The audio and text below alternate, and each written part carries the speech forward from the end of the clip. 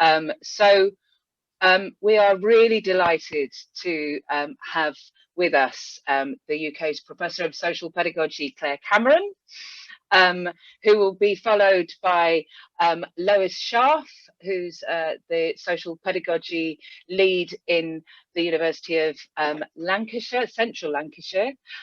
We have also Maria Claudia Oliveira from Brazil, from Rio de Janeiro. So she'll be talking about social justice in Brazil and how does that work in pedagogical practice.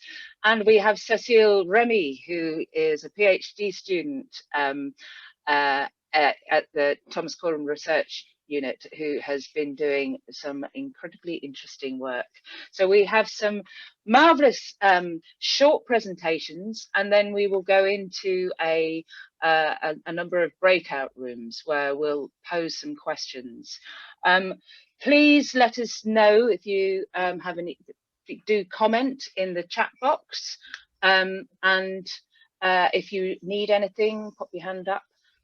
We will be able to help out. Adriana, who's at the center of the top of my screen, is our amazing administrator, and she will do everything that she can to help things along. So perhaps without further ado, I'm going to hand over to Claire.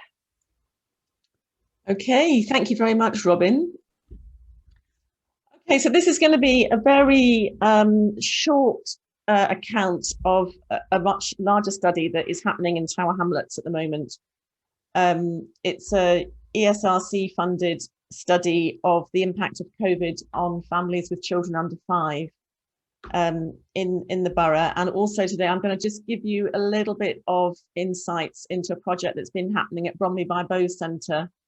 That project and our project are part of this Act Early programme of trying to evaluate and intervene in the lives of children and young people early in order to avert iniquitous health outcomes later. So what we've done so far, we did this. I'm reporting today on a survey of 958 families with children under 5 and pregnant women that took place last year. We did it really with the borough because there was no established sampling frame for this. And so they did a lot of the general and targeted communications, and we gave £10 reward for participation. And the Family Playrooms team ran a project that was called What Makes the Best Start in Life through a lens of challenge, dreams and change. And they did an online survey and community engagement activities with about 500 plus families also last year. So we have mostly women contributing to the study results, 732 women, 224 men, and that includes 117 pregnant women, as reflects the borough of Tower Hamlets. If people are not familiar with that area of East London, it is the proportions of ethnicities are about reflecting reality. So about 34% white, British or Irish, about 36% Bangladeshi origin, and about 30% of a wide range of other ethnicities, including Somali, Black, British and Indian. So in the presentations today, I've just put all of these under other, which is a very crude category, but you can see that it includes some people that we know are very disadvantaged. The Family Playrooms team was with children under 11, again, 80% women, a survey of predominantly Asian British mothers, 31 to 40, and the number of people in the household, 4, but range from 1 to 9. And Bromley by Bow Centre is in one particular part of the borough, but they reached across the borough for this study. So what we can see from the immediate impact of COVID, i.e. last July when we started and we finished in November, is that unemployment is very high. For those of you who are not in Britain, unemployment on average before the pandemic was about 4.5%. And in this borough, it's about 39%. And it's more likely among Bangladeshi and other ethnicities than white respondents. I've had to do a very quick look at some of the figures for the purposes of this presentation, which reflect the full sample, but some of the figures in the tables in the graphs reflect the interim study of 530 or something, which we did in November, but the patterns are the same. So we have nearly 40% in receipt of universal credit or working families tax credit, i.e. they cannot survive on their own without support from the government. We've got nearly 14% had used a food bank recently for, I don't know if we have people who are not in Britain, perhaps we do. Food banks and other outlets of free food have become absolutely essential during the last year, and they were already very important. And finance and employment was the second biggest worry. We asked people to write down what were the biggest worries they had right now. And not unsurprisingly, finance and employment was very, very important to people. The quality of housing in this borough is very poor. So we have most people renting, about 2/3 renting, and that's versus 1/4 owning their home or having a mortgage, and that's about the reverse of proportions nationally. But you can see on that graph on the left that the Bangladeshi community are much more likely to be renting than owning, and that is in contrast with the other two groups. 20% needed major home repairs doing, 30% had damp or mold, clear indicators of poor quality housing. And those two indicators are much more likely among Bangladeshi families. Just over half of the families had access to outside space. Obviously, clearly crucial when we're in a pandemic, but many of them said that outside space wasn't safe or usable for children. In fact, environment and space was really important to the families in the Bromley by Bow project. Nature and parks were important to many families during lockdown. They said, this is last summer, nurseries are too busy and too small, very little outside space for kids to run and get sun or get vitamin D. The parks and the grass are super dirty and not safe for babies and toddlers. But on the other hand, staying indoors was one of the biggest challenges faced by families. Access to health visitors. So we asked about a whole load of different health services that one might access as being when you're pregnant or got a young child. Routine midwifery, about 41% said they had accessed midwifery appointments, more among the white respondents than among the others. Access to new baby checks, even fewer, 29%, and this is a real alarming sign. Again, fewer whites than others, but not great across the board. And routine health visitor contact, 8 to 12 months, 46%. And again, fairly similar across the ethnic groups. Mental health. This is one area where the indicators in Tower Hamlets are much worse than in the country as a whole. So in the country as a whole, we've got about 19% of the population has moderate to severe symptoms of depression. In our sample, it was 34%. It's much more likely among lower income groups and among Bangladeshi respondents. Slightly interestingly, we've got a parallel study. We're collaborating with researchers in Bradford. They had similar incidents of depression at 2 in 5, and more likely among those in financial difficulty. But they had more people in the white British group, whereas we had more among Bangladeshi respondents. So that's something we're investigating further. And in addition to problems with mental health, we had 27% had moderate to severe anxiety. And of course, some of those might be the same people who've got anxiety and depression, but it's quite alarming rates.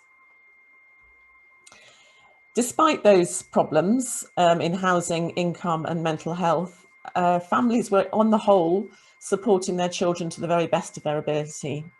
In that period last year, when between June and September, some children's centres were open, September onwards, nurseries were open. Prior to that, you could only go attend nursery if you were in a vulnerable group during the summer term. But we had few children actually attending nursery or other preschool, even if they were eligible to do so. So families got the message that it was better for their children to be at home. And nearly all of the children were read to at least some days a week, and it was more likely among white families. So nearly 2/3 said they did it every day, where the other ethnicities, it was more likely to be once or twice a week. Helping children learn the ABCs, again, we've got 3/4 saying they're doing it, and differences of Bangladeshi families, more like 80% are saying they're doing it, and other ethnicities, and white, fewer. Helping children learn to count, nearly, well, 80% really across the board were helping children learn to count, even more among the other ethnicity groups than among the white families. And on the right, you can see that most people felt confident to support children's learning, although given that they're all at home, to have 20% who are not confident to support their children's learning is still fairly alarming. And you can see there that only 62% of the Bangladeshi group said they felt confident to support children's learning. So there are some fairly urgent messages for the borough there. One of the main themes from the Bromley by Bow work was this idea of connection and support. So people repeatedly talked about having 2 jobs, homeschooling and working, being stressful and demanding, supporting partners through illness while having to work full-time and provide childcare, missing their families, not being able to look after parents who are having treatment, some sense of disconnection with community, and fear from unsubstantiated fear-mongering through the media, fear of the unknown, and so on. So when they talked about connection, they talked about sharing laughter, swapping tips, supporting each other, talking, playing, sharing how you feel with others, keeping in touch, and so on. And then we asked some questions about help in the community, because the borough, Tower Hamlets, has a very vibrant voluntary sector. And this was really activated during the start of the pandemic. But from our group, only just over half had some help from family, friends or neighbours just outside their household. And that was more among the Bangladeshi community than the others, which may be one of the ways in which the Bangladeshi community are protecting themselves from various adversities I've outlined. Nearly half said the support had not changed since before the pandemic started. And 57% provided help to others, which was mostly shopping and meals, mostly to wider family members. Some people also helping with the internet and with children. About half said they were lonely in the past week, and this was much more likely among those on low incomes. So much to do in terms of social connection. So finally, the top tips for a happy and healthy life from the families in the Bromley by Bow project were summarised into these 4 areas: environment, get out every day and keep active; play and activities, make time for play, and that includes adults too. And these 2 came up for them again and again, and we can see that in our data as well, around the importance of getting out and being playful. And then security, building a routine that looks after the whole family. They had a lot of people talking about how the need to reinvent routine once lockdown happened and you could no longer go out to school or nursery or whatever. And then connection, check in and chat with your support network, and that sense that which, although we're inside all the time, that there was a need to be making more effort to be communicative with your networks. Right, and I'll finish with a pretty picture, part of their project. Walk slowly and look into each other's eyes.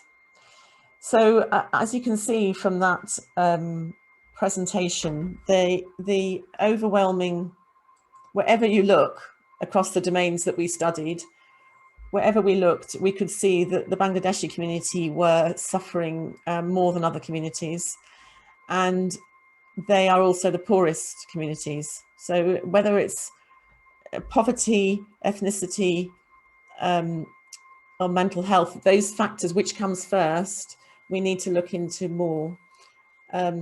But yeah, I'm really happy to take any questions that you may have. It's not a great picture, and lots of social pedagogy needed to address all of those issues.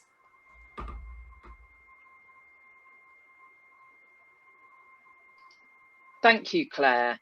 That's really, really helpful, and quite a stark picture of what's going on in our country.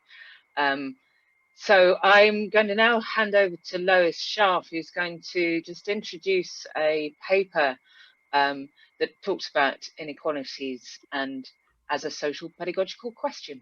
Thank you, Lois. Please do put comments, questions, etc. in the chat box. Thank you. Okay, thank you very much. And hello, everybody. So yeah, like Robin said, I'm going to talk about a paper that was published in the International Journal of Social Pedagogy in 2019 that's entitled Inequality as a Social Pedagogical Question. And I think if you've not read it, then I would urge you to go and read this article. It's a free access journal, so you can read it. And I think it gives us a real call to action. So following on from Claire's presentation there, I think it's really important that we think about how do we all tackle inequality. So in their article, Ranayan and Navala talk about how we need to see social problems as forms of inequality. And I think when we're thinking about inequality, it's really good to think about how do inequalities happen? What are the frameworks that we can use to help us understand inequality? And they use the framework that's been developed by sociologist Goran Thorburn, and I think this is really helpful.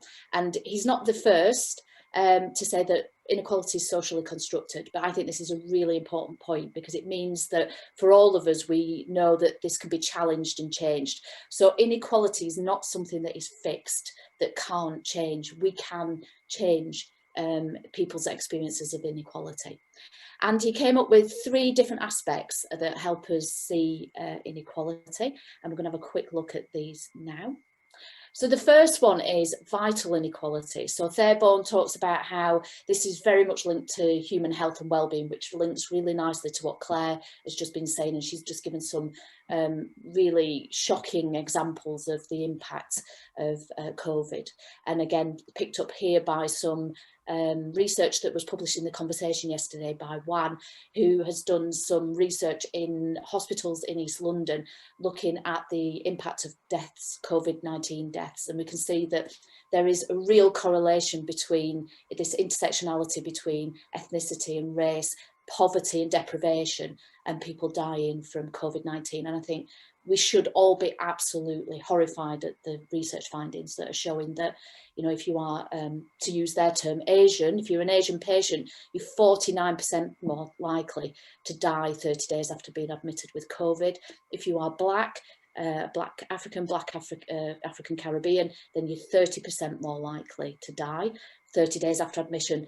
And you are 54% more likely than if you're non-white British to end up in intensive care. So we can see these are stark examples of what Thorburn talking about with regards to vital inequality.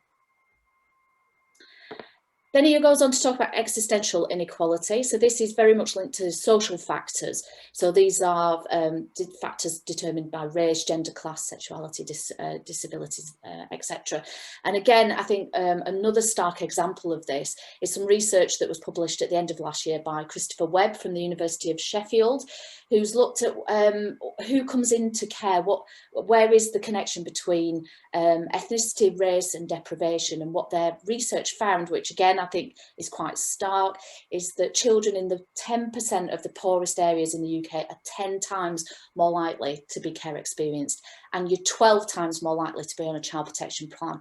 And I think this is a real wake-up call for those of us that are professionals that are working with children and families. If you are Black African, particularly Black African Caribbean, what they found in their research is that it doesn't matter how high the levels of deprivation you are experiencing, you are twice as likely to end up being care experienced. However, if you are mixed heritage, and in particular and Bangladeshi Pakistan mixed heritage, you are 2 times more likely to be care experienced. So the higher your levels of deprivation, the more likely you are to be taken into care. And so again, this is again a stark example of these social factors that are impacting on people's lives, and we need to be really mindful of this. The final one that Fairbairn talks about is material and resource inequality. And what we're talking about here is social capital. And this is more than just having your basic needs met. So this is much more than Maslow's hierarchy of need. This is about how are you participating in life? How are you living the good life? How are you able to access the things that people take for granted? And I think a really good example of this has been the quite contentious issue of the food packages. And I don't know, for those of you that are on social media will have seen that there's lots of comments being made last week and the week before about the food packages that are being given to families where their children are in receipt of free school meals. And again, this highlights again this material and resource inequality, because what we're doing there as a society is we're saying that these parents aren't able to make correct decisions around what to buy for their children. So if you're poor, we're going to give you food, and we're taking away their right to participate in everyday activity of shopping. So that means that they are having their social capital reduced, and we are making decisions about people being seen as less worthy to just be given money to be able to go and make decisions around their the food that their children eat. So I think this is again a really good example of this material and resource inequality that is limiting people's experiences of things that we take for granted every day. This links very much to Paulo Freire. So for those of you that know me well, know that I love Paulo Freire. I think his theories are extremely important, and it links very much to his ideas around dehumanising humans. And I think this is something that we need to think very carefully about.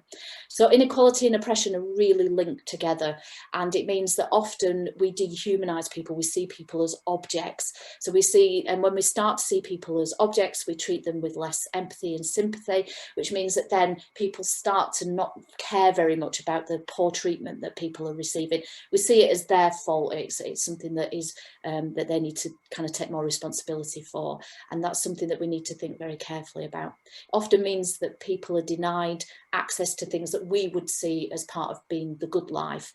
But the thing that bothers me about this most, and I've volunteered for the last 7 years at a food bank in my small town where I live, and I've seen this a lot, is that this deeply internalized sense of self-worth, it's kind of, people have very poor positive self-identity because they are receiving very poor treatment. So they're internalizing this lack of worth, and that has deep-seated kind of repercussions for people's well-being, particularly mental health and well-being. So this is something we need to really consider. Now, going back to the article, I think this article is absolutely fantastic because they get us to really seriously think about these 3 questions, and these are the questions I want us to think about today, is that if we're going to think about inequality as social problems, then we need to think about the structural inequalities that are impacting on people's lives. Claire has talked very much and mentioned about housing and poor housing. So how often are we thinking about the structural inequalities, but how often are we actually asking people about these structural inequalities and how they're impacting on their lives and their ability to have a good life? And I think that's something that we really need to be doing much more. And also, how do we recognise that we're dealing with deep-rooted social inequalities? So what are the things that are beyond people's control that we all as a society need to start to challenge to make better?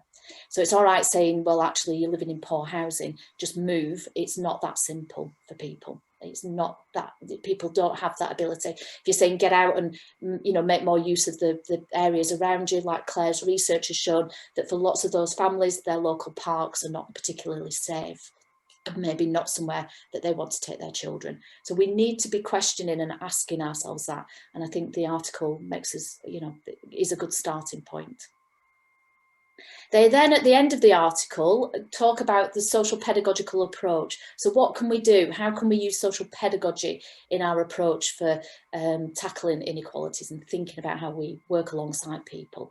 And so I've picked out the key points that I think are things that we need to start doing or be more conscious of. Is that we need to work alongside people. We need to be really respectful and understand people's differences. We need to use that social pedagogical Haltung. We also need a lifelong orientation, so we need to truly understand the lived experience and the impact of inequality, and not just think we do, but actually genuinely have those conversations so that we are really understanding what it feels like to live in real poverty and deprivation.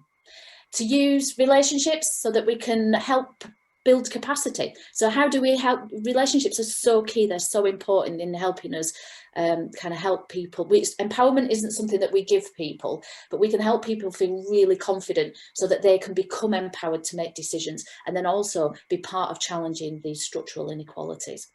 And to do that, one of the key things we need to do is think about how we communicate. So really be really conscious about the power of the language that we use, the position of power that we have in our relationships, but also thinking about the power of language.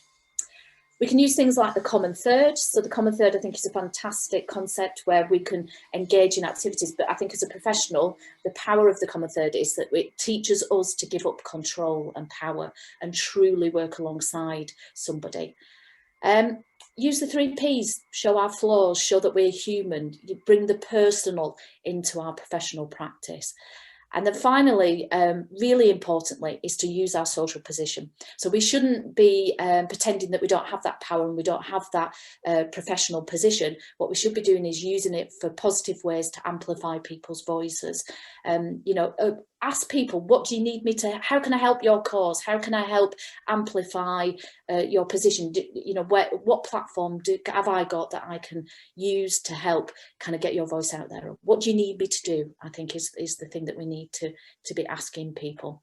And finally, my big shout is just get out there and join a cause, get vocal, do lots of things. There are lots of things that we can get involved with, and hopefully by the end of this webinar, we'll all be fired up to be taking some action. Okay, so that's the end of my presentation. That's fantastic. Thank you, Lois. Right. It is a very fine article, and that was beautifully done.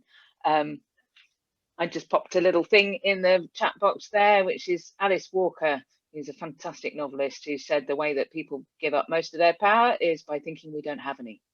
We do. We have a lot of power, so let's use it. Awesome. Great stuff. Thank you. And now we have a presentation from Maria Claudia from Brazil. So Maria, over to you. Thank you. Okay, thank you. So this presentation is based on an article I have recently submitted called Social Work Through Critical Lens, and I would like to share with you some reflections on the role social psychology and developmental psychology has played in nourishing critical reflections on social work and social pedagogy, and specifically in our reality in Brazil. I will ask your patience because I'm going to read so that I can be more objective and you are not so much affected by my so hard accent as a Brazilian English speaker. So the role played by social care has significantly changed in recent times.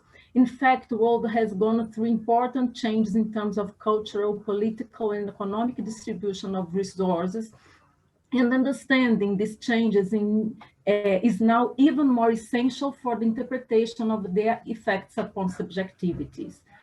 Nations which led important democratic achievements in the past are now dominated by conservative, populist, and moralist political trends.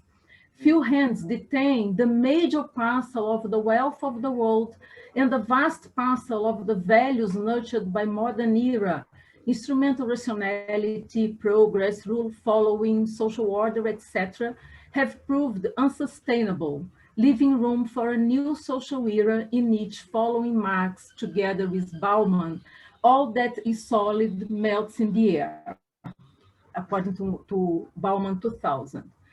The late modernity describes this condition of constant mobility and change imposed to identities, relationships, and economics in contemporary societies. International migration, interreligious conflicts, political conservatism, and deeper socioeconomic inequalities, lack of access to healthcare and educational deficits are worldwide problems, and they demand of social scientists a critical stance before they approach their demand of social, they demand, sorry, that that's are worldwide problems, and they demand of social scientists a critical stance before they approach vulnerable social groups and individuals. A stance erected around science, ethics, and responsibility, because capitalism is more wicked than ever and social inequalities are disturbingly high all around the world. Human problems are symptoms of an intricate network of social, political, cultural, economic, and personal factors, deeply ingrained,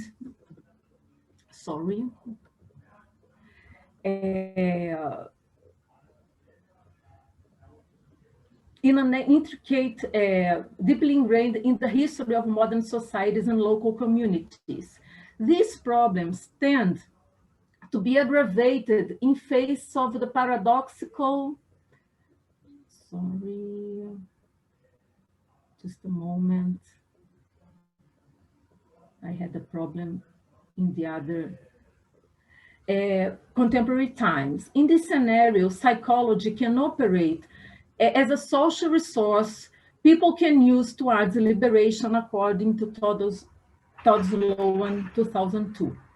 For this, psychological knowledge and practices is impelled to overcoming the status of a neutral corpus of scientific knowledge and to performing a core role in societal development by promoting vulnerable people's inclusion and empowerment and enhancing ethics, justice, and democracy in all societies. Poverty is arguably the principal scourge on the planet today. It represents an inherently social as well as economic phenomenon, knowing no geographic boundaries. Within the context of the worldwide health crisis as a consequence of the COVID-19, poverty showed off its most perverse facets. And for instance, those who live in the lowest income peripheries are 5 times more exposed to the infection and at least twice as probable to die as a consequence of the infection than those who inhabit the urban centers.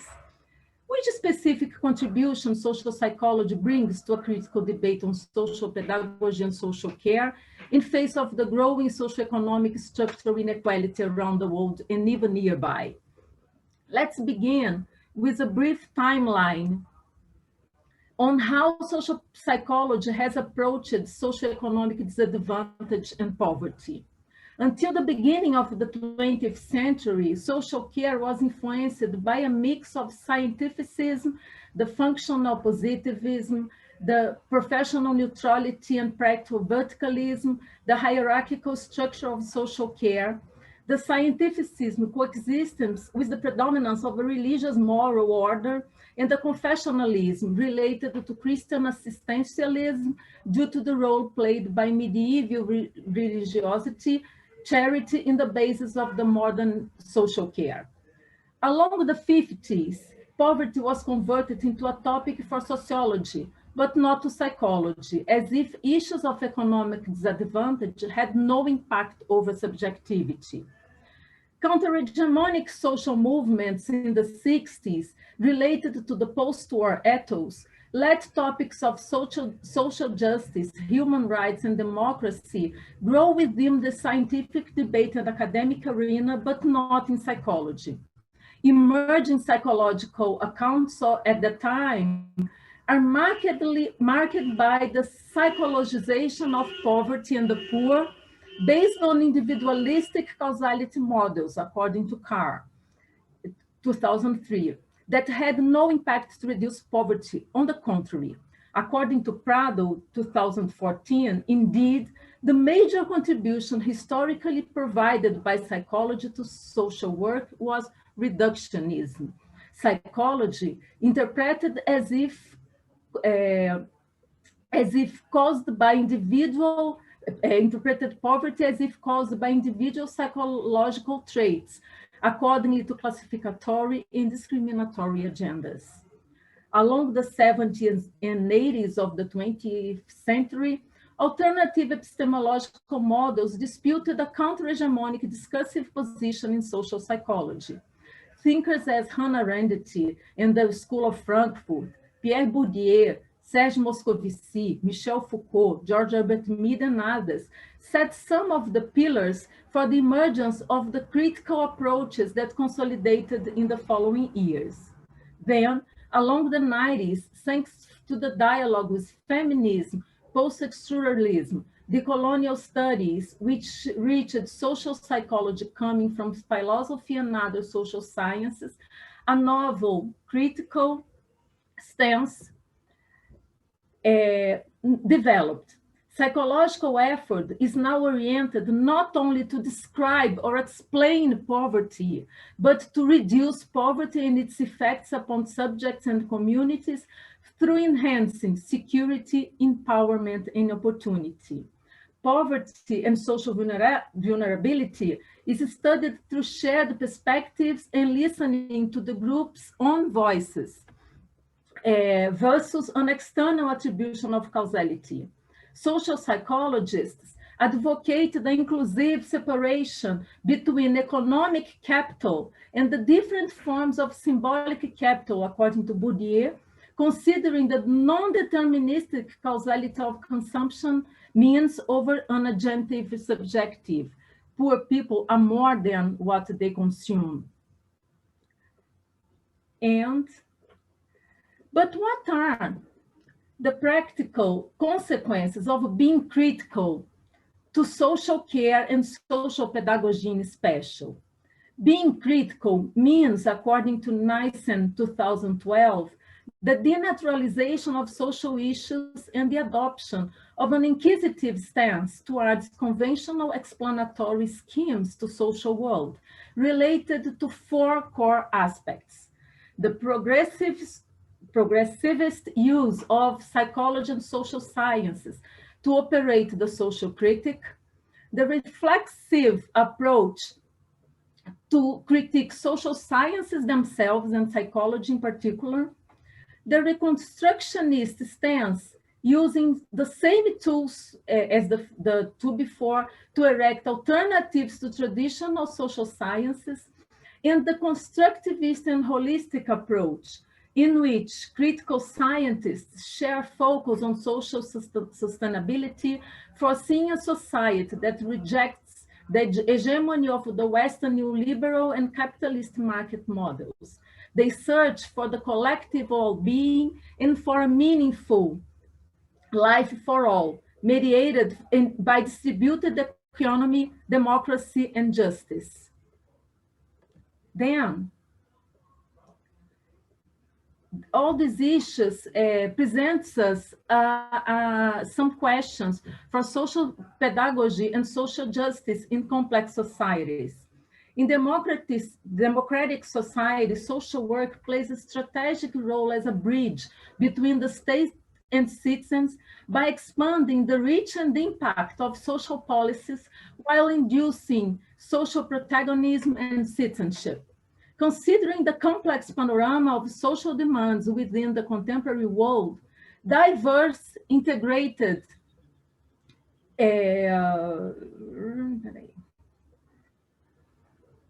actions are necessary, and their common ground is to connect the goods and services offered by public policies and their beneficiaries. Thus, the core function of social work is to trigger that developmental processes that, starting from a diagnosis of local problems, needs, and contexts, enhance their living conditions and increase local social participation, authorships, and networks by means of multiple intersectoral actions and different forms of intervention in the public's own territory. In this panorama, social care today moves from individualism towards a culturally contextualized praxis that transforms and promotes people's concrete living conditions and improves the quality of social, ethnic, racial, gender, religious, and/or age relationships. Social workers, psychologists included, together with recognizing cared people's agency and autonomy, are expected to adopt culturally inclusive practices that take into account the severe sociocultural constraints endured by most of them and the impact of these constraints over their own living trajectories. Cultural sensitivity is necessary to construct in the context of collaborative activities and projects that engage meaningful community members and local institutions, including schools, health services, and other equipment within the territory. If I have time, I would very briefly comment on some aspects and challenges of this project for social work in Brazil. We know that according to United Nations reports that both wealth concentration and poverty have enormously increased along the 21st century, although we lived just two decades, and it's not different in my country. We deal with very important historical problems. For a side, we have a short story, just 500 years, and still a lot to be constructed in terms of equality and social rights. At the same time, we deal with a colonial mindset and added to liberal values that leads to the naturalization of socioeconomic hierarchies and exclusion. We have important potentials and forces related to the funding of social care in Brazil. There is the constitutional defense of the welfare station and the attribution of responsibility to the federal government to provide social care and other policies to reduce social inequalities. The intern gross product investment in Brazil in social policies is equivalent to most European countries. But for the other side, 100% of social care funding in Brazil is directly or indirectly financed by federal government. No legal device, such as inheritance taxes, big buck taxes, for instance, or cultural values orient the richest in our society to engage in initiatives to reduce inequalities. At the same time, we have a contradictory tax policies in which the poorer pay proportionally much more taxes than the richer groups. We have problems regarding the geographic integration. If for a side, we have a systemic integration of social care under national policies, federal funding with local execution, we have more than 5,500 municipalities, because we are a very broad country, where it's difficult and expensive to guarantee assistance for all those who need, what turns social care somehow distant from most who need it. And we have problems related to our cultural identity. We are very easily engaged in interaction and prompt to intersubjectivity, transactions, and empathy in a shallow level. But we are guided by prejudice and distrust in otherness in a deeper level, with what prevents the engagement in forms of social transformation towards justice and equality.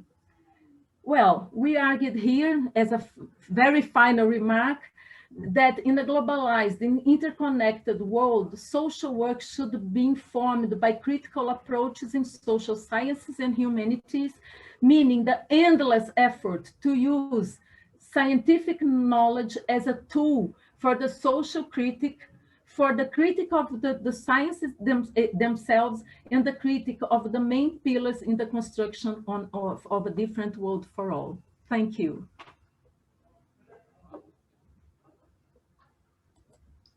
Thank you, Maria Claudia.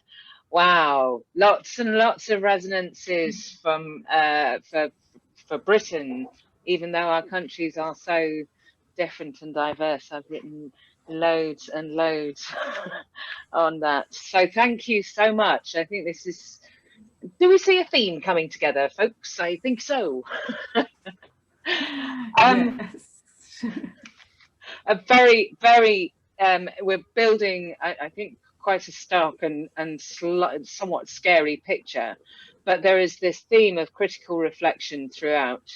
So I'm at this moment I'm going to invite Cecile, who's going to talk about how perhaps the residential childcare system has blinded us to the political agency of children. So that's her focus, is really looking at children. Thanks, Cecile. Thank you. So let me share my screen. Hopefully you can see that. Yeah, it should. Yes, that's right.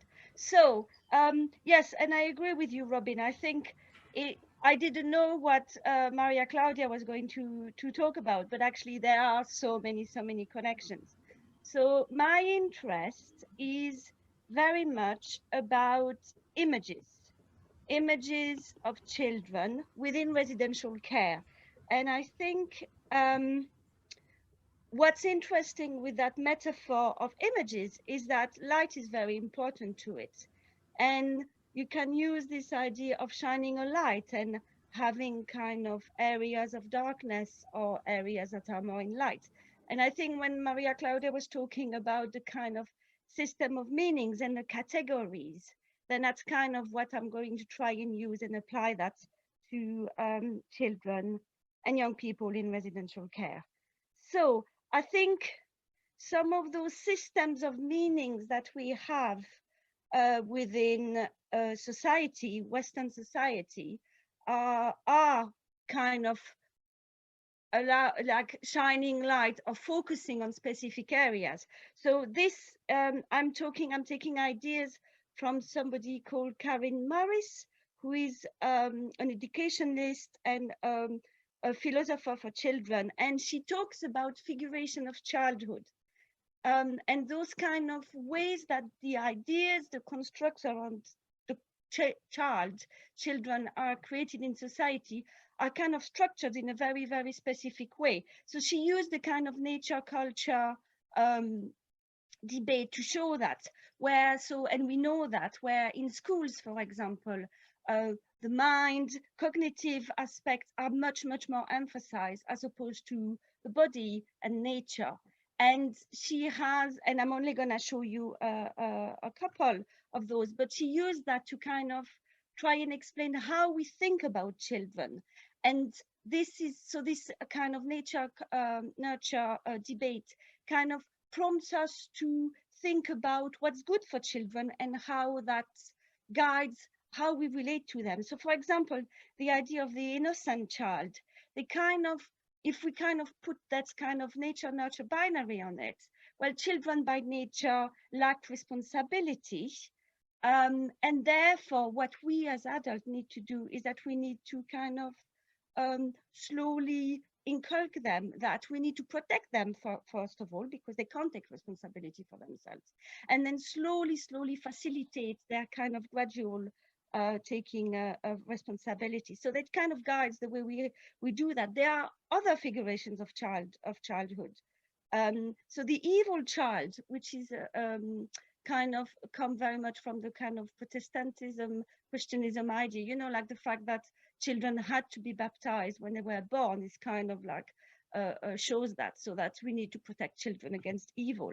And again, if you apply this kind of structure of nature culture towards to the idea of the evil child, well, children by nature when they're born, they lack the natural goodness, they lack trustworthiness. So therefore what we need to do as children, as adults, is kind of give them control and discipline to kind of help them attain those ideal of goodness. And what's important is that those kind of big mechanisms of meaning, they are part of everyday life. We can only communicate through that. So it's something that we all work with. And I think what I've tried to do within a residential care is try to understand a little bit how this kind of light that we would be shining on the young people would kind of allow us to understand certain things. So the fieldwork for my PhD was about 3 months spent in a children's home, in a residential children's home in the UK, where I spent some time with the staff team, kind of running workshop with them, trying to understand how they thought about their work, what they thought was important about their work. And then I also spent in parallel time with the young people to also try and understand that. And then within that, I kind of started to have specific situation and how people understood then the meaning they gave to them. So for example, one of those situations was meal times. So you can see there on the left-hand side, this is a picture that was created by staff about how they think meals are important in the residential home. So you can see the table being set and everybody sitting around the table, and there are individual place mats set. And that was a very positive moment for the staff, because it created a sense of unity. They were sharing things together, and it felt as a you know, something that needed to be celebrated. Now, so this is how staff see that and how they construct the mealtime. Now, on the right-hand side, I have observation I've had with a young person, John, who lived in the home. And so one evening, you know, we have takeaways often in children's home. So the takeaway was being brought back, and then Mary, another member of staff, and myself saw how John, the young person, was kind of eating his takeaway, and he was standing up, and that looked uncomfortable. So we asked him, well, come and sit down at the table, and then we kind of sat with him, trying to recreate this idea of family meal being, you know, sitting around the table. But you could see what he did it, but he was uncomfortable. He was sitting cross-legged on the chair, and he was just not right. So I kind of tried to ask him, and he described to me how he would like the meal to be set up. And it was a very, very different setup. So there were, they would be on a carpet, sitting on the floor with people facing each other, and they would be the kind of, the food would be on a common dish, and that was shared. And I think what's really, really interesting in that is that the light is being shown on the way that we in the Western, you know, in the UK, think about meals as sitting around a table with individual set. And actually, by doing that, we kind of put in the shadow his own understanding. John comes from Afghanistan, you know, put in the shadow how he himself thought that he would like to set the meal, and actually therefore kind of deny his cultural awareness, his cultural being. So I'm going to show you another example of one of those processes where some, you know, meanings are emphasized or put in the shadow. So this situation had to do with Louis. Louis, 16, 17 years old, came to the children's home for a very brief time. And it was always the plan that it was meant to move to a foster care placement. And at the top there, you have an extract from his care plan, where it explains how the plan is for him to move away, and that how the staff is going to kind of care for his emotional need, because as you can see, he continues to express anxiety around this being a smooth transition, moving to his foster care, and he's nervous. And so like the team is going to offer him possibilities to talk, to deal with his anxiety. So they're very much his emotional needs are put to the fore, and a line is shown on them. Now, parallel to that, I had a long discussion with Louis, and he gave me a very, very different meaning to what was happening to him. So for him, one of the things that was really important is that he wanted to move away from an institutionalized setting. He talked about how the home was institutionalized. He also talked about how his school was institutionalized. So he says, for example, you see, so sometimes he refused to engage when he goes to school because it's with people that fight, attack, they need to be restrained, and with fobs all the time. That means, like, you know, staff are carrying kind of electronic keys where to come in and out. and he felt his movement was restricted and he doesn't want that.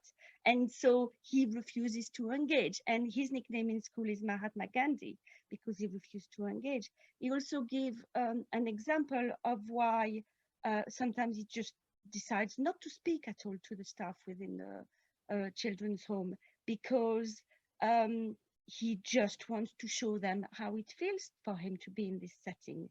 And I think what's really, really interesting is that, again, this kind of the what's in the shadow is he sees it in, I think, what are quite political terms, because it's about refusal, it's about protest.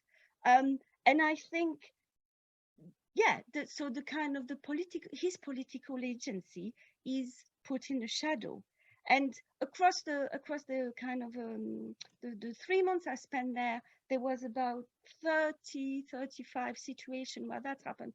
When again, I contrast the different meanings, and very often the cultural agency, the political agency of the young people, many of them were unaccompanied asylum seeker, and actually there are quite significant meanings around culture, around race that are being put in the shadow.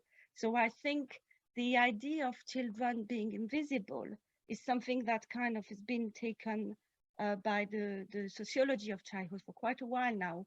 But I think, just as we've heard from what Claire was talking as kind of very much like economic structure, or what Maria Claudia and Lois were talking, personally in our professional practice, being critical and paying attention to the kind of meanings that are at play and trying to put some of other meanings in the light would be also an important way to kind of address structural issues and social justice. So I think I'm going to stop sharing my screen and hand back to Robin. Wow, thank you so much, Cecile. That was fascinating, and again, another thing that is really also deeply uncomfortable. But I love the idea of light and shadow. What we put put light on may involve a shadow for somebody else. So I think that's awesome, and that the idea, the things that you were talking about really reminded me of how often we say that families did not engage, or young people do not engage. Where's that coming from? Doesn't seem to be a question that we explore too much. So we would like to invite you to come into some breakout rooms. We were going to set up 5 breakout rooms. We did think about a theme, but then we thought maybe we would not do a theme and just leave you to it, but to ask you some broad questions. What grabbed you about social justice and social pedagogy from the presentations today? And what can you do? What actions can we take? As Paulo Freire said, if we don't take action, then it's meaningless. I'm paraphrasing, but it is meaningless if we just talk about stuff. We have to translate that into action. So let's get together in smaller groups and have some interesting discussions. We're all going to be joining in. There is also a Jamboard for those who are familiar with Jamboards or not familiar with Jamboards. Cecile, would you like to explain the Jamboard situation that we have? Okay, yeah. So we're going to share a link. I find it difficult to speak and do something on a computer at the same time, so I'll share it later. But basically, you're gonna Adriana's just popped it in the chat box for everybody. Great. We're gonna so you're gonna receive a link, and Jamboard, basically my idea is the virtual equivalent of having a big piece of paper in the middle of the table where everybody can sit around and everybody can write on that piece of paper. So what you do on the Jamboard, other people will see it as well. And so that will be a way of kind of recording our discussion in the breakout rooms. Okay, so I'm going to open 5 breakout rooms and just automatically assign us all to these rooms. And I'll pop the questions in the box, and see you back here. We thought we'd give this about 25 minutes, so that you can really get into some good discussion and everybody can have a voice in the rooms. But we'll pop in and make sure that you're all okay. All right, so ready, steady, create and open. So Tour, over to you with sharing the Jamboards. We were not meaning to be strict on time and anything, but we are a little bit strict on time because we know that this is the bit where it can explode a bit. So if I rush you along a little bit, don't be offended. Could someone from this group please summarize the key points without reading all the post-its?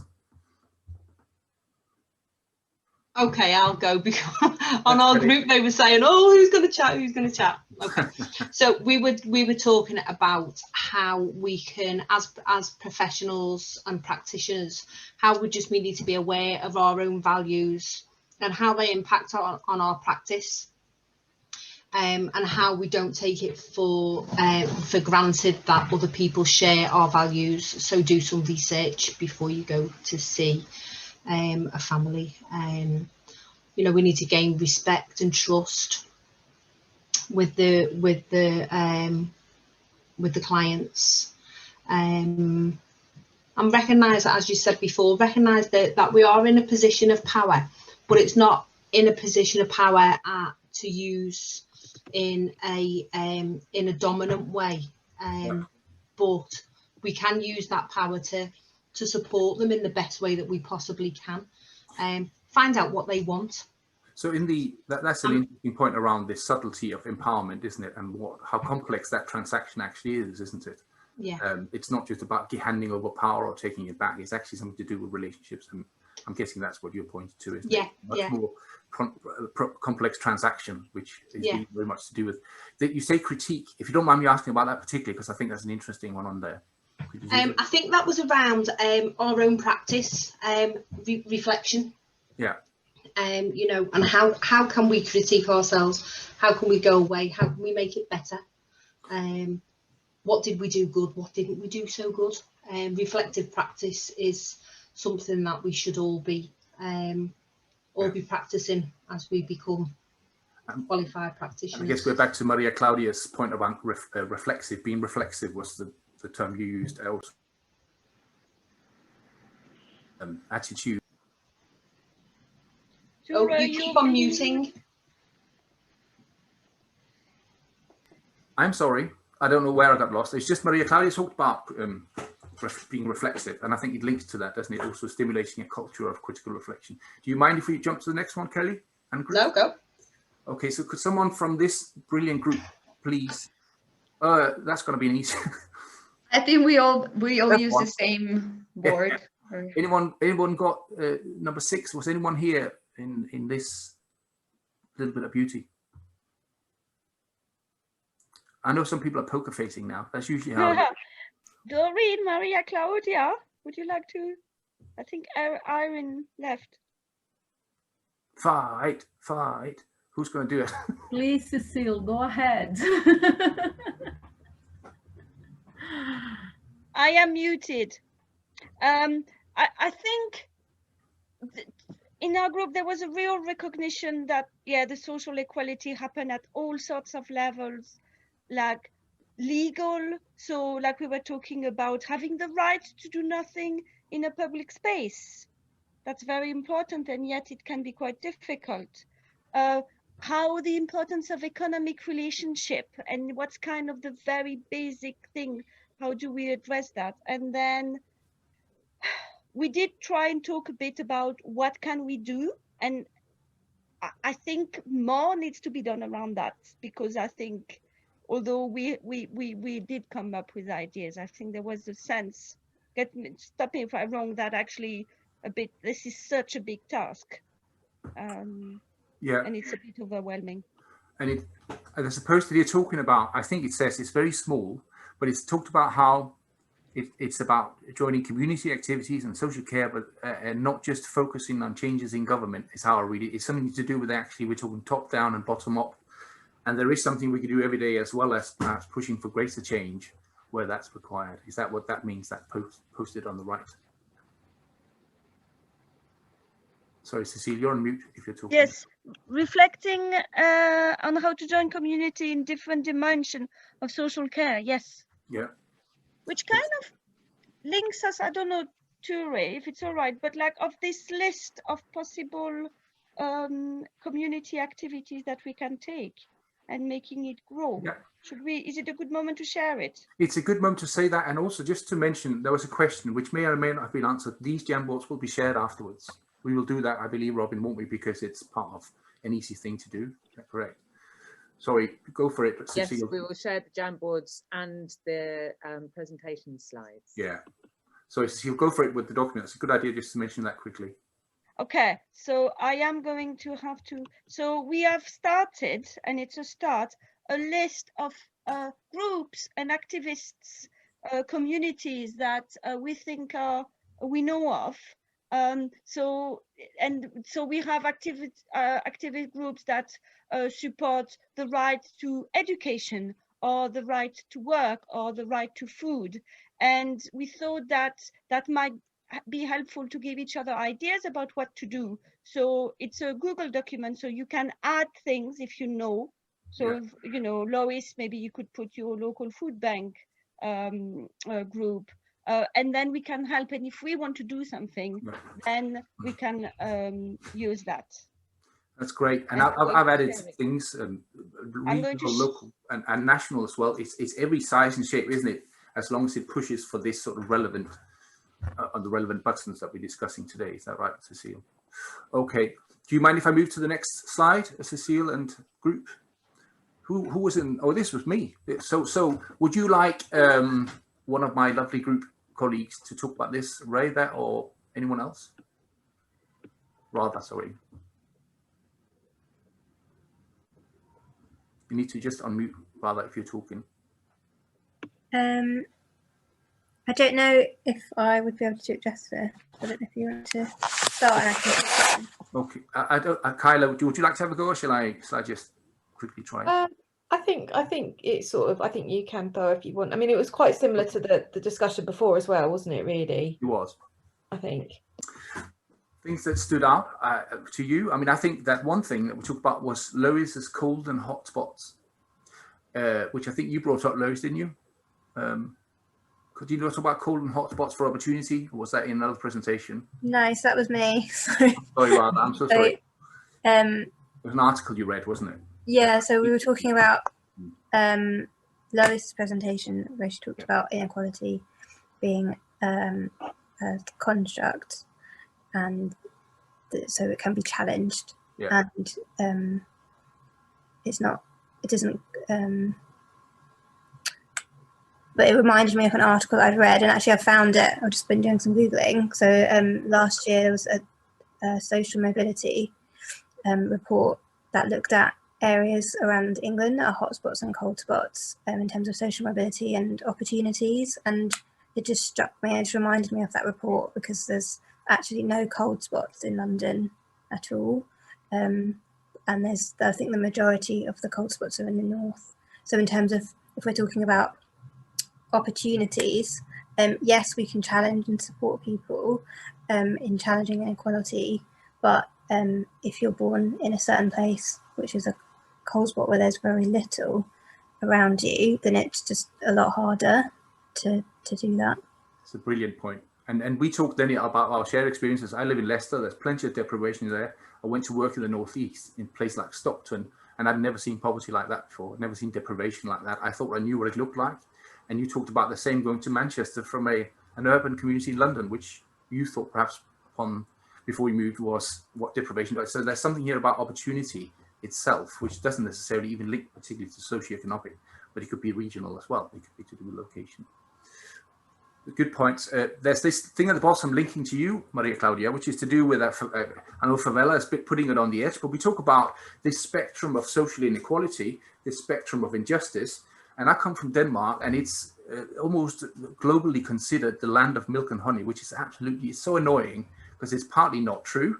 And also partly is an unhelpful myth to have about a place that everything's good. It helps no one to think that there is this bubble of perfection. If you look at that through this idea of cold spots and hot spots, through to the idea of a place in Rio, a favela, or anywhere where there's poverty, then we will also see a vast difference in that. And that's what that thing at the bottom there was all about, really. Okay, I'll move on from us now to the next slide, if that's okay. We probably also need to sort of summarize it in a moment, I think. If there is a next one. Have we all been covered? Yeah, so we didn't. I was in group 5, and we didn't put any sticky notes on our Jamboard. So I'm sorry. Then you have to click to the next one. Click yeah. to the next. Yeah. So just very quickly, but I think what we were talking about was how we can get kind of lost and we can feel like really downhearted. But actually, we need to remember that we've got to keep fighting. We have to fight for change. And I think if you think about the last 200 years, you know, society has changed dramatically, and there are lots of positives. So it's holding on to those and using those to keep moving things forward. So we're talking about like the People's History Museum in Manchester is a fantastic museum about showing the history of working class struggle and all the things that we've managed to get. And I think we can, and particularly with COVID, we can feel really, really downhearted, and things are crap, they are. But actually, where do we find the opportunities to move things forward? Yeah. And how do we do that? And this is the bit that we're hoping really this will now move on to, is the how. Because I think I see many things. We in our group almost began just pushing at the how in the last minute because there was so much to uncover first. But I guess it would be good points to take now, Robin, if you agree, that we look a little bit about what can we do here, you know. Would you agree, Robin, that's a good place to go for 5 minutes and just try to almost task ourselves? And by this, I mean the shared sense of the importance of social justice is there, the shared sense of inequalities that span over pandemics, regional location, socioeconomic, and even ethnic. We've seen ethnic and racial examples of the same thing.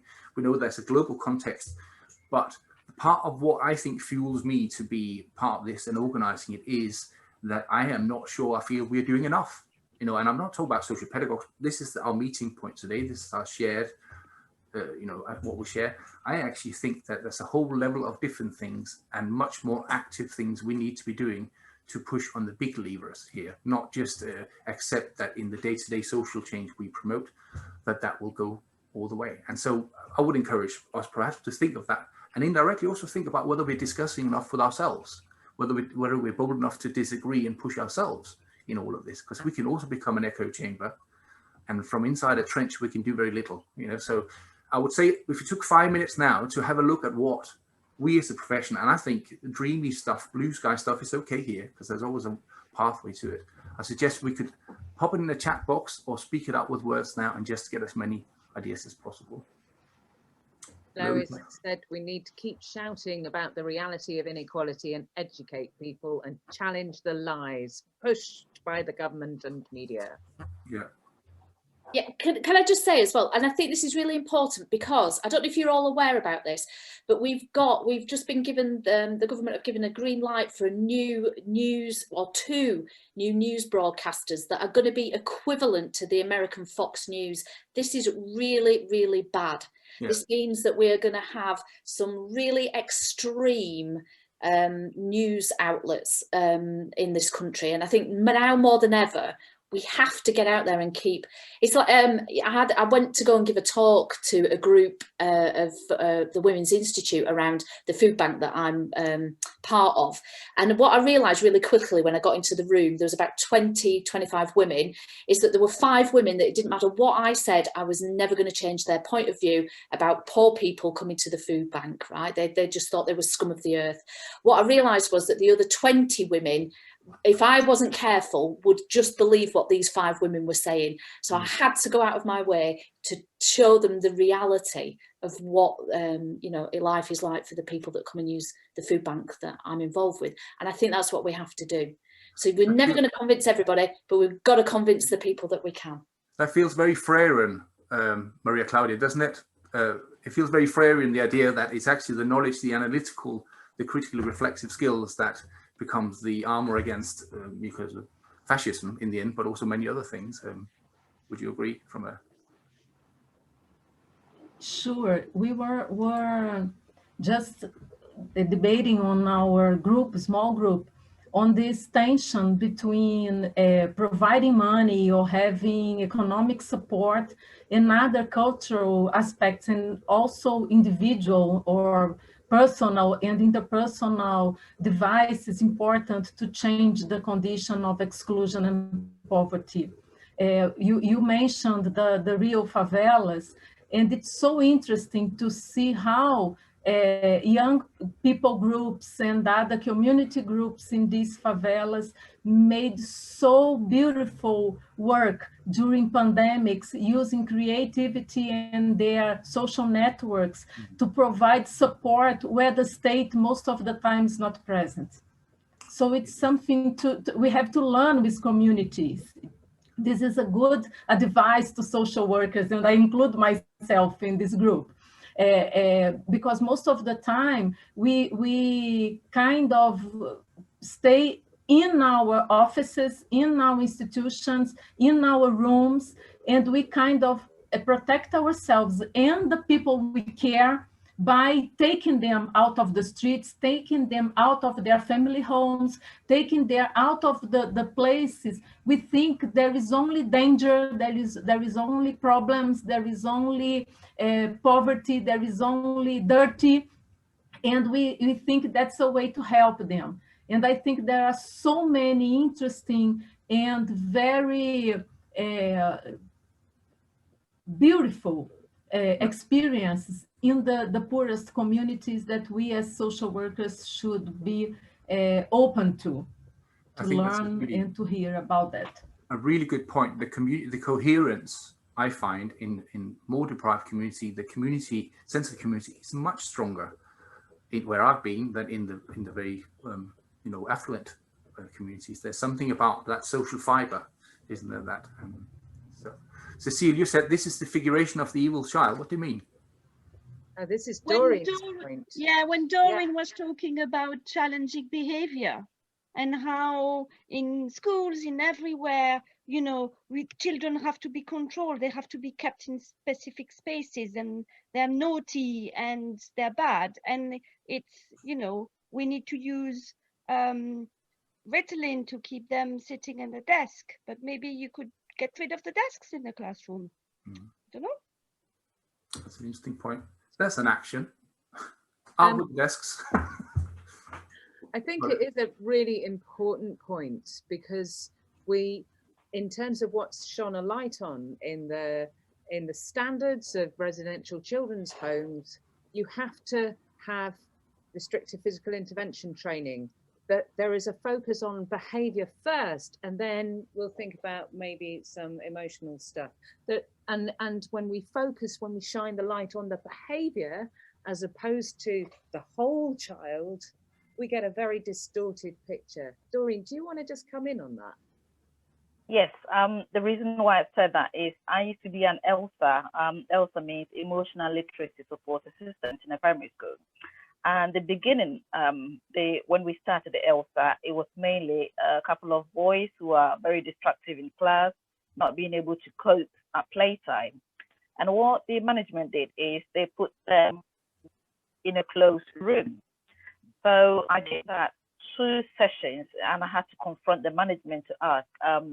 The first thing I asked them is parents aware that we're doing this to the children?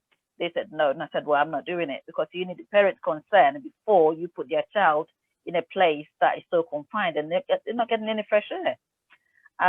It was quite a bit of struggle between me and them, but I really had to push it.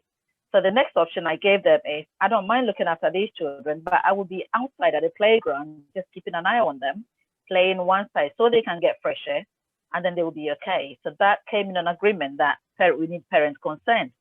And to be honest, some parents didn't sign it because they don't see their children being naughty as we see it. It's the only thing is just negotiation. So that's why I said every behavior that a child comes up with is a sign of communication.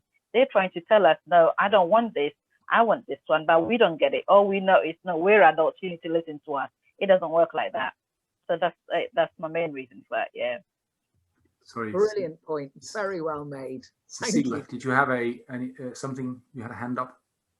I was clapping because I think, like, within the school system, it's such a strong policy, and so the statutory you know, framework for schools kind of forces them to this kind of isolation, all that, and actually fighting it.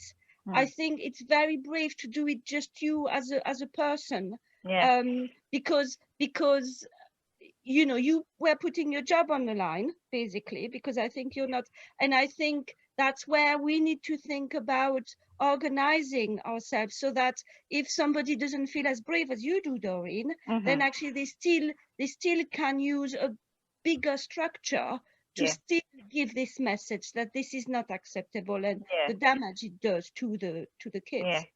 Yeah. Thank you. The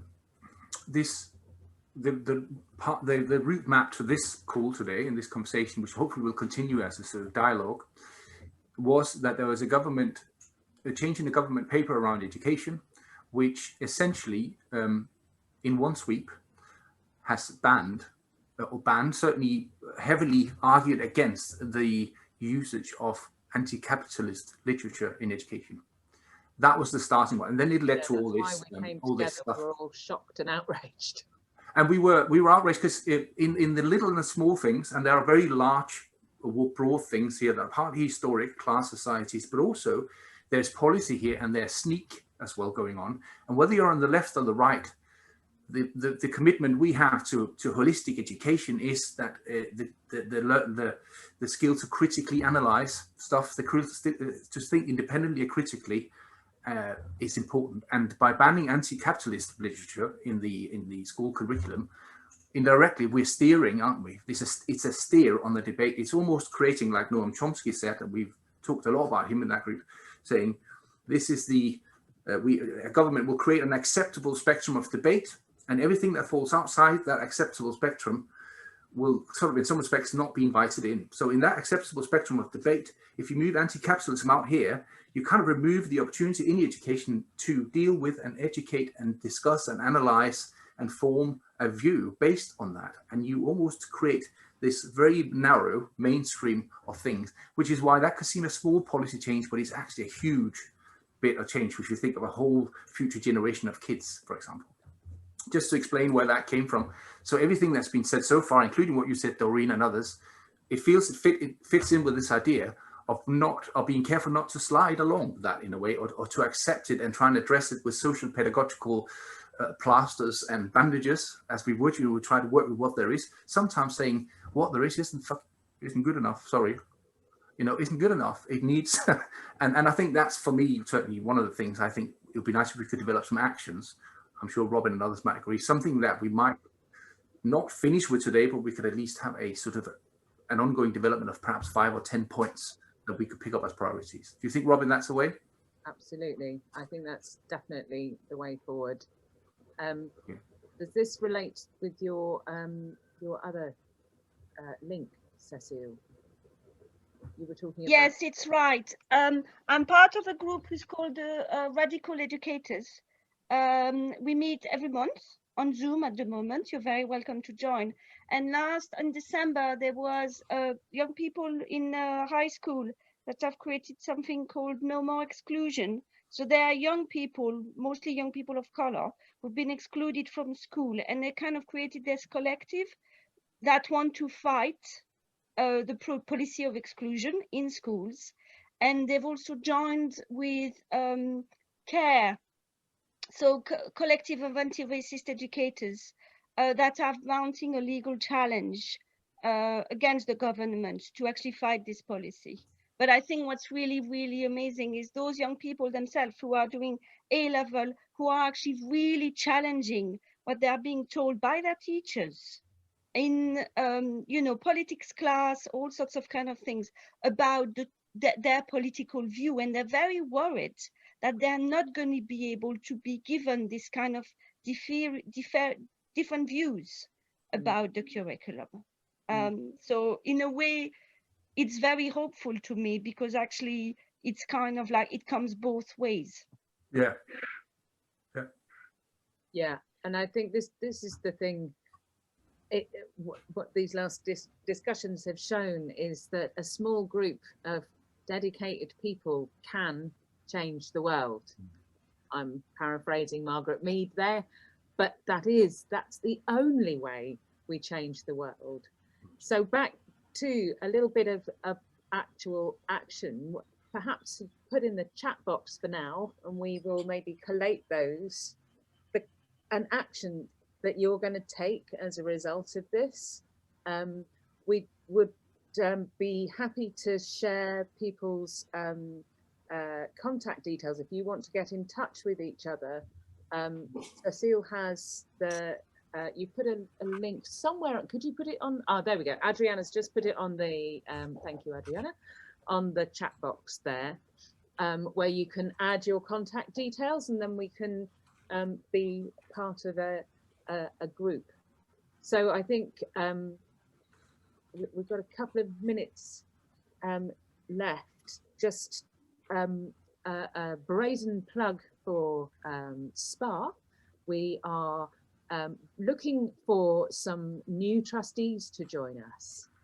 We are a small group of dedicated people. We all have full-time jobs, and we're all very, very active, but the job of a trustee for SPA does require a few hours work a month, but it also feeds us in such interesting ways. And we've got a load of things coming out, so from our website and through our social media. So please do keep a little check on that. We are a membership organisation. We only have funding from our members and supporters. So if you're not a member, or would like to give us a little donation, we would be really delighted. And Adriana is going to put the donation link up there, as well as the Become a Trustee link there, because we are really trying to infect this country of ours and Ireland with social pedagogy, and we can only do that with your active support. And there are things moving. Some of us have been trying to get this on the road for quite a number of years now, but certain regulators, the SSSC in Scotland, Ofsted in England, are now looking at social pedagogy. There's a big care review in England going on at the moment, and social pedagogy is on the agenda. So we are making progress. It's slow, but it is happening. And we've got many more academic courses, so BAs, MAs, modules in social pedagogy, and we have a really brilliant community, actually. So perhaps there's a little plug for you, Maria Claudia, if would it be okay for people to get in touch with you if there's some, of course, partnership working? Brilliant. And version 2 of this meeting we will have in Rio, I hope. Oh, great. Let's do that. One day we will have a conference in Rio. This year we're going to have a conference online on the 9th of September. So we are looking for workshops, lightning talks, so very short talks, sort of 10-minute things, vlogs, so video logs, all sorts of creative, interesting ideas for our annual conference. So please do check on that one too. All the details are on our website. And it just leaves me, I think, to say a final thank you. Thank you to Lois, especially, to Cecile, and to Maria Claudia and to Claire, obviously, for your fantastic presentations that have really got us thinking and got all those juices going. And to Tua and to Adriana, for being such a fantastic group in trying to put this one together. If you hadn't have sent that outraged email about the lack of anti-capitalist teaching being banned, we wouldn't be here. So a special thank you to you. You're most welcome. Certainly, my pulse dropped 40 per minute just pricing that thing, I think. Yeah. It's a long path, isn't it? But we are in some ways perhaps working for the future generations too. So it's you just need to do what we can, don't we? Thanks, everybody. I really loved the speeches and everyone's input. It's nice to see you all. Lovely. Thank you so much. And thank you, Robin. Look forward to seeing you again. We have the Social Pedagogy Reading Club on Monday night. If you would like to come and join us, that's another great thing. And there's a really good article to read for it. So have a wonderful weekend. And thank you to Maria Claudia in Rio, Adriana in Mexico, and wherever you may be. Thank you. And we'll see you all again, I hope, very soon.